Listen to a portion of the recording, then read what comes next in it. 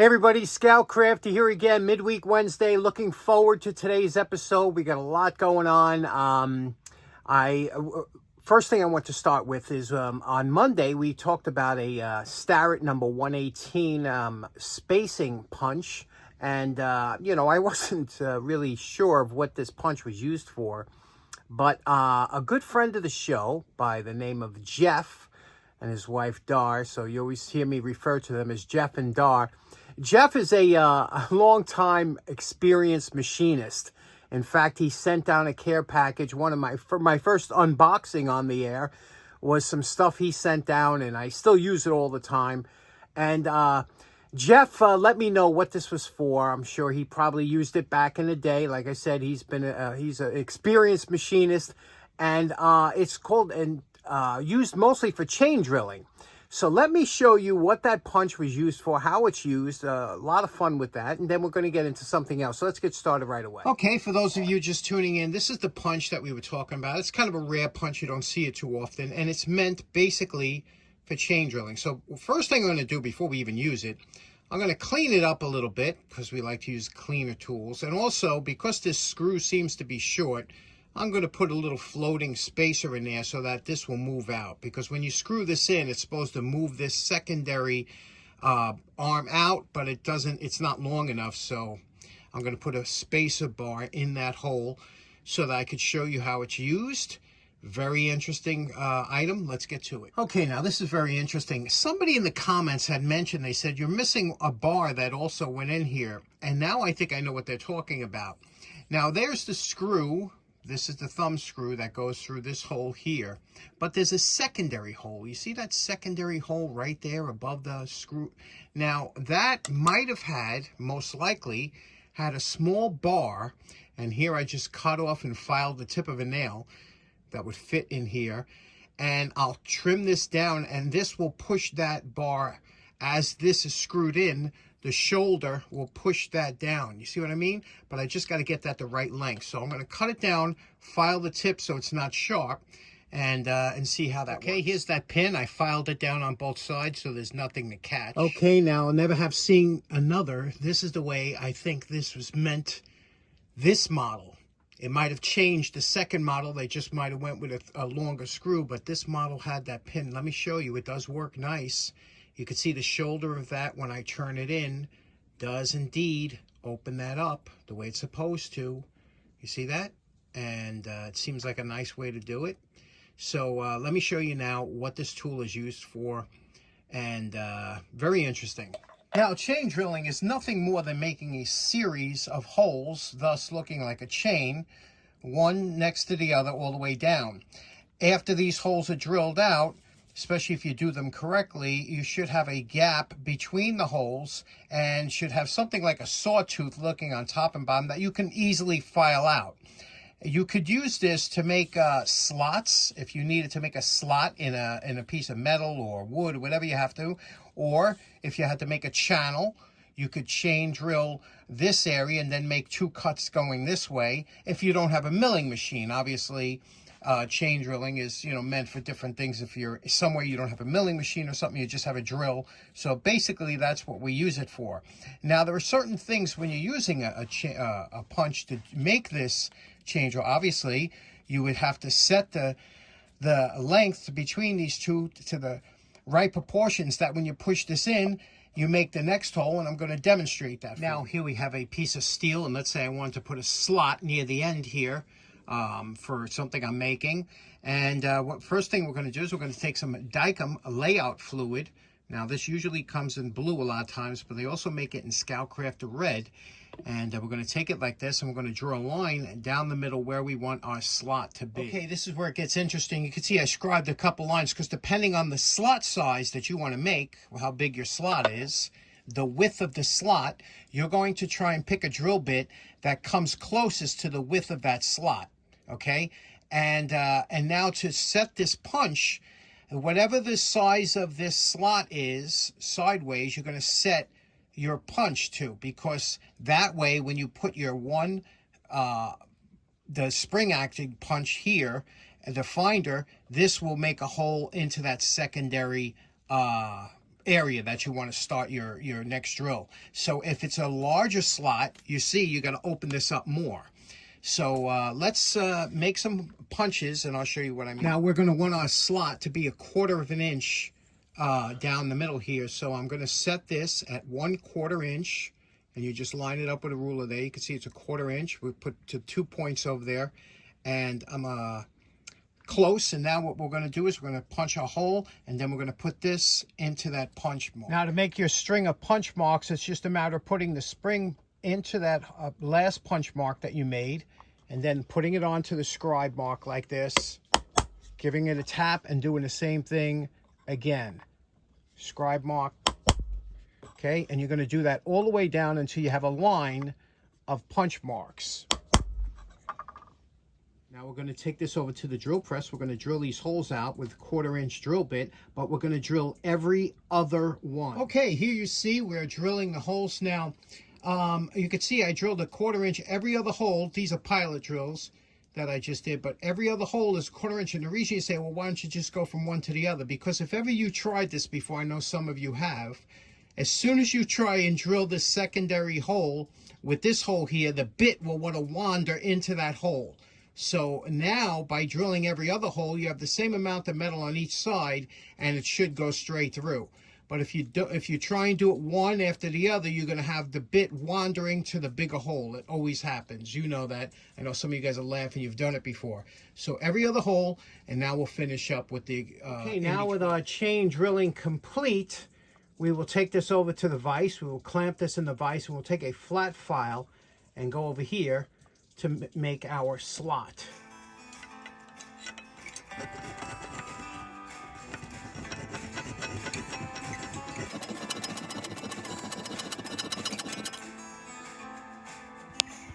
Okay, so there we go. There's our finished product. You can see we have a nice slot in the middle there where we wanted. Now again, you know, I could have really went nuts and really perfected this, but this is just practice, which is what we do down here all the time. So how many times have you tried to make a slot? It's not easy to do.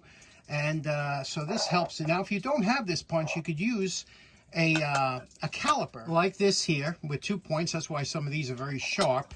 And what you would do is you would draw that line down the middle, and then you would make 1/4 inch markings like this, and then with a pin punch, make them same marks. This just makes it easier. So that's what that tool is for. Again, that's just one example. There's a lot of things you could do. So Jeff, thanks so much for letting me know, and came in real handy.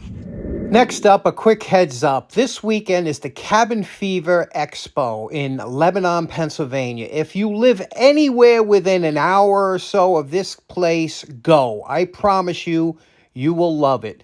It has a $15 admission, but it's worth every penny. You get to see all kinds of models and engineering feats, and you'll leave there feeling like $1 million.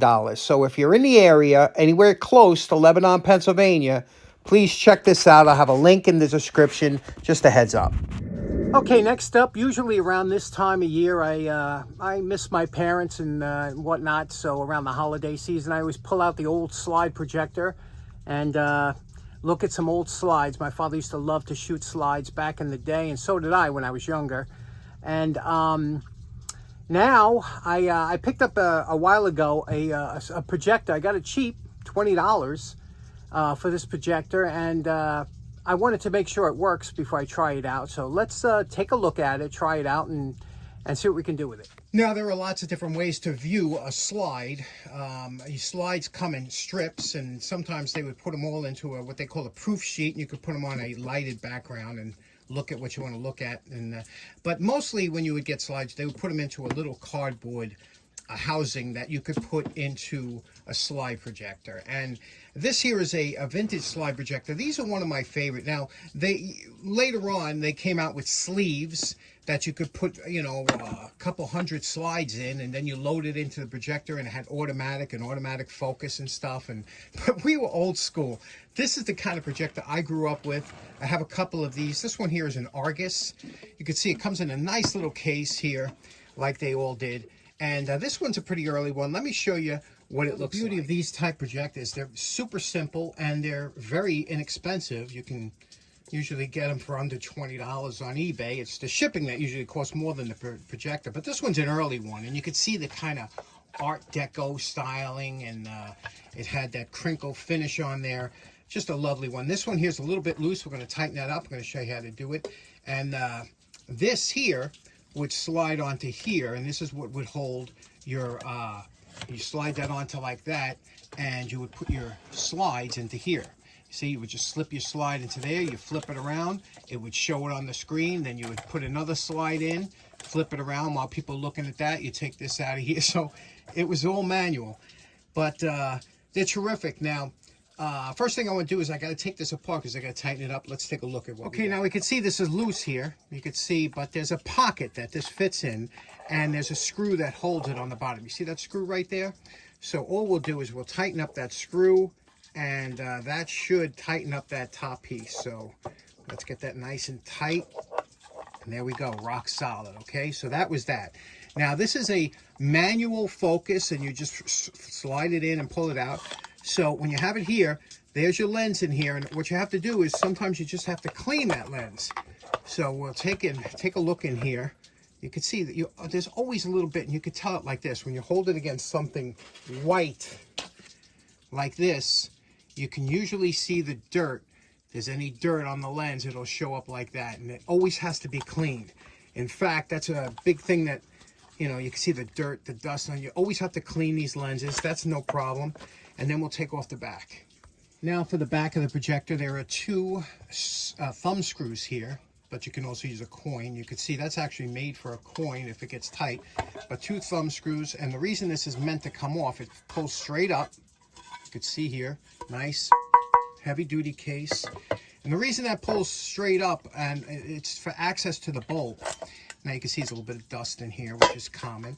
So first thing, this thing will pop straight up. It should come off. Let me see here. Here, you pull that up like this, and then that slides up. Now there's your bulb housing. That surrounds the bulb, because you can see how hot that gets. And here's the bulb.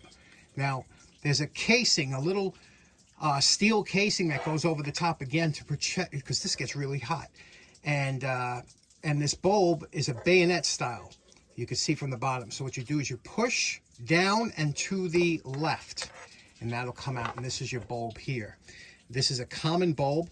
We'll take a common as far as projector bulbs go. 120 volts, 100 watts.